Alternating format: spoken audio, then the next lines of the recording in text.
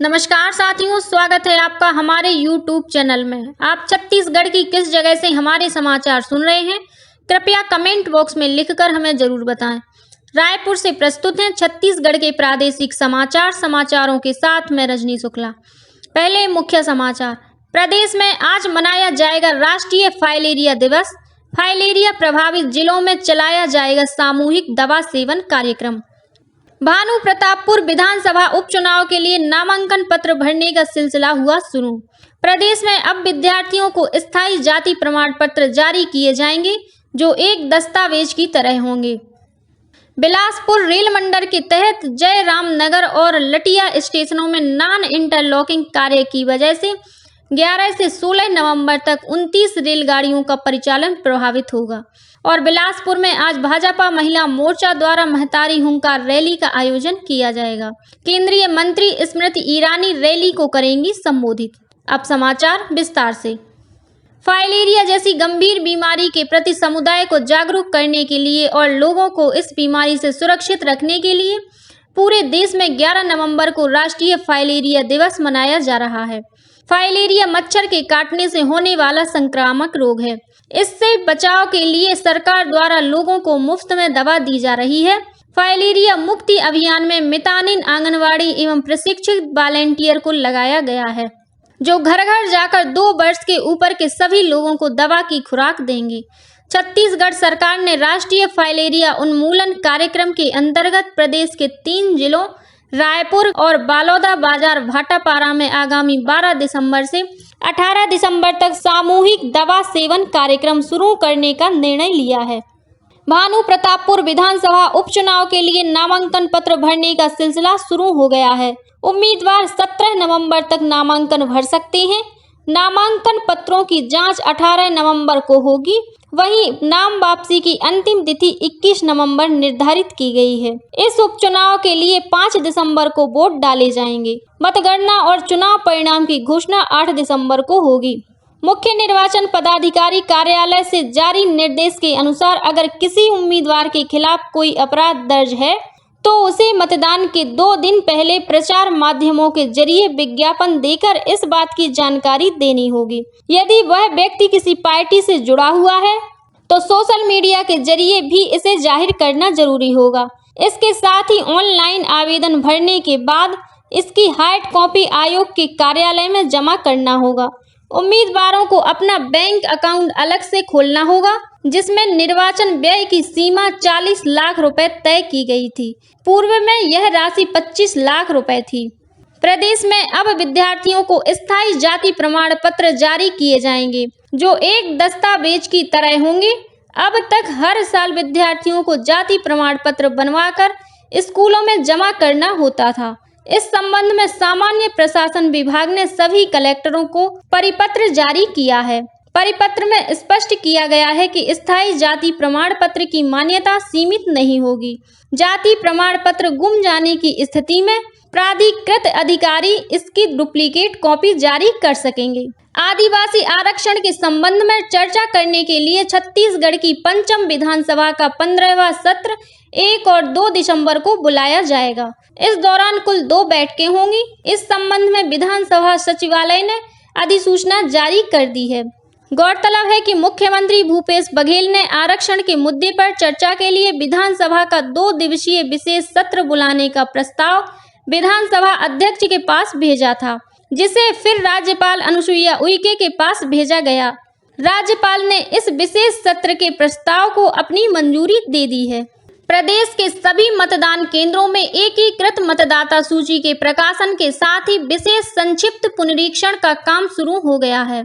इसके तहत मतदाता सूची में नाम जोड़ने, विलोपित करने या संशोधित करने के लिए 8 दिसंबर तक आवेदन दिए जा सकते हैं। इन आवेदनों का निराकरण आगामी 5 जनवरी करके अंतिम मतदाता सूची का प्रकाशन किया जाएगा। मतदाता सूची में नाम जुड़वाने के लिए 1 जनवरी, 1 अप्रैल, 1 जुलाई और 1 अक्टूबर को 18 साल की आयु पूरी करने वाले मतदाता आवेदन कर सकते हैं। इसके साथ ही प्रदेश के हायर सेकेंडरी स्कूलों और कॉलेजों में विशेष शिविर लगाए जाएंगे। आयोग ने नाम जोड़ने की प्रक्रिया को पेपरलेस करने के लिए वोटर हेल्पलाइन ऐप और NBSP पोर्टल के माध्यम से नागरिकों को आवेदन जमा करने का आग्रह किया है। इस बीच मुख्य निर्वाचन पदाधिकारी रीना बाबा साहेब कंगाली ने कल रायपुर जिले के आरंग विधानसभा क्षेत्र के कया बांधा मतदान केंद्र का निरीक्षण किया। इस दौरान उन्होंने मतदाता सूची के विशेष संक्षिप्त पुनरीक्षण कार्य के बारे में जानकारी ली और गंभीरता से कार्य करने के निर्देश अधिकारियों को दिए। राज्य सरकार ने प्राथमिक शालाओं के सहायक शिक्षकों को प्रधान पाठक के पद पर पदोन्नति के संबंध में सभी जिला शिक्षा अधिकारियों को निर्देश जारी किए हैं। इनमें कहा गया है कि शुरुआत में शिक्षक विहीन शालाओं में और उसके बाद एकल शिक्षक वाली शालाओं में इन प्रधान पाठकों को प्राथमिकता के आधार पर भेजा जाएगा। गौरतलब है कि विभाग के समक्ष यह जानकारी आई है कि सहायक शिक्षक के प्रधान पाठक के पद पर पदोन्नति के बाद पदांकन में विधिवत प्रक्रिया का पालन नहीं किया जा रहा है। केंद्रीय अल्पसंख्यक कार्य मंत्रालय द्वारा अल्पसंख्यक समुदाय के विद्यार्थियों को छात्रवृत्ति प्रदान की जा रही है। इसके लिए ऑनलाइन आवेदन की तिथि में वृद्धि की गई है। प्री मैट्रिक छात्रवृत्ति और बेगम हजरत महल नेशनल स्कॉलरशिप के लिए अब विद्यार्थी 15 नवंबर तक तथा पोस्ट मैट्रिक और मेरिट कम मीन्स छात्रवृत्ति के लिए 30 नवंबर तक आवेदन दे सकते हैं। कोयला घोटाले मामले में प्रवर्तन निर्देशालय ईडी की हिरासत में मौजूद सूर्यकांत तिवारी को कल ईडी ने रायपुर कोर्ट में पेश किया। इसके अलावा न्यायिक हिरासत में जेल में बंद IAS समीर बिश्नोई सहित 2 अन्य अभियुक्तों को भी अदालत में पेश किया गया। अदालत ने कर्नाटक हाई कोर्ट के मसले पर ईडी को अपना जवाब पेश करने के लिए 1 दिन का समय दिया है। आज चारों आरोपियों को फिर से अदालत में पेश किया जाएगा। ईडी द्वारा जवाब पेश करने के बाद ही अदालत आरोपियों की ओर से प्रस्तुत याचिकाओं पर आज अपना फैसला सुनाएगी।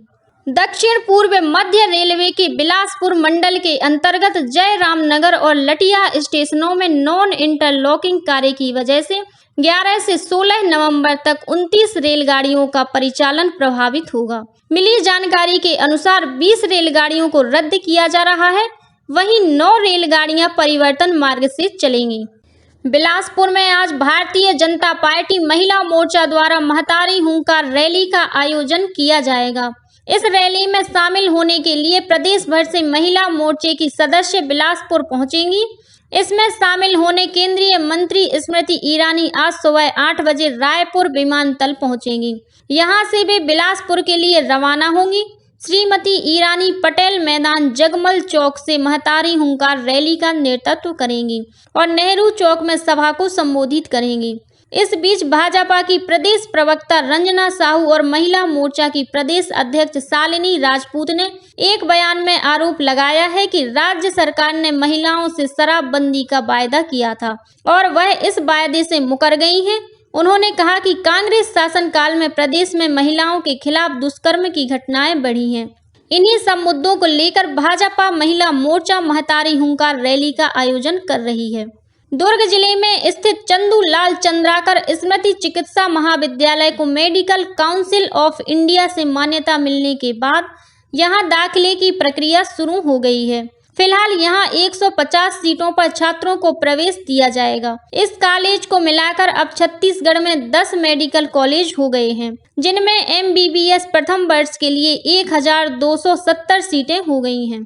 दुर्ग जिले में हजारों लोगों से धोखाधड़ी करने के मामले में एक निजी चिटफंड कंपनी के 4 संचालकों को गिरफ्तार कर जेल भेज दिया गया है। जिले के पुलिस अधीक्षक डॉक्टर अभिषेक पल्लव ने बताया है कि कंपनी की करीब 1 करोड़ 40 लाख रुपए की संपत्ति कुर्क करने की कार्यवाही की जा रही है। इससे जो रकम प्राप्त होगी उसे कंपनी में निवेश करने वाले लोगों को दिया जाएगा।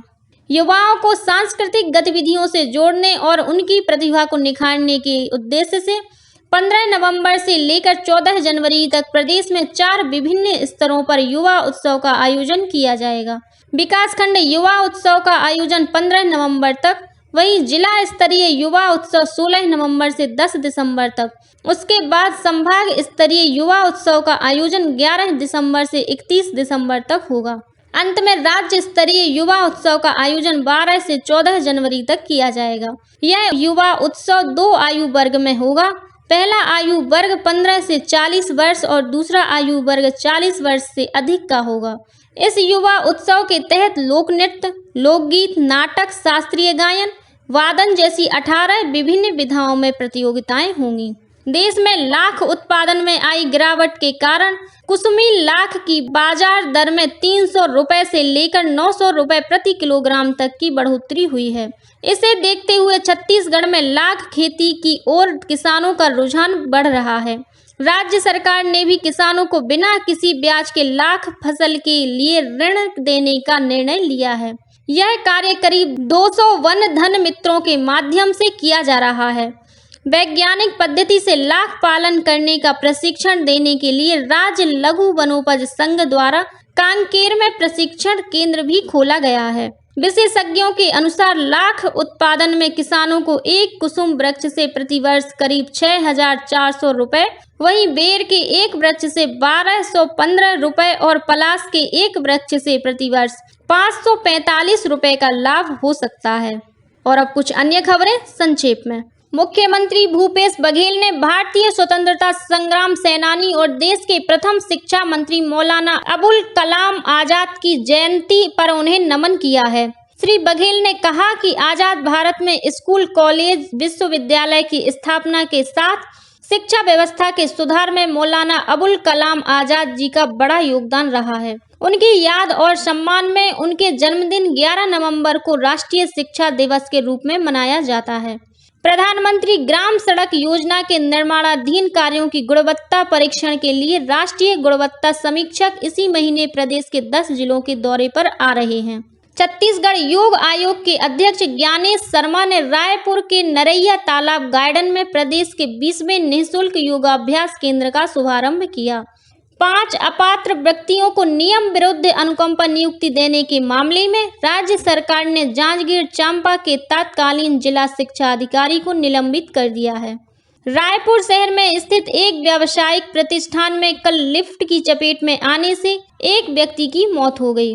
बलौदा बाजार वन मंडल के देवपुर परिक्षेत्र में नर हाथी की करंट से मौत के बाद इस मामले में 2 आरोपियों को गिरफ्तार कर जेल भेज दिया गया है।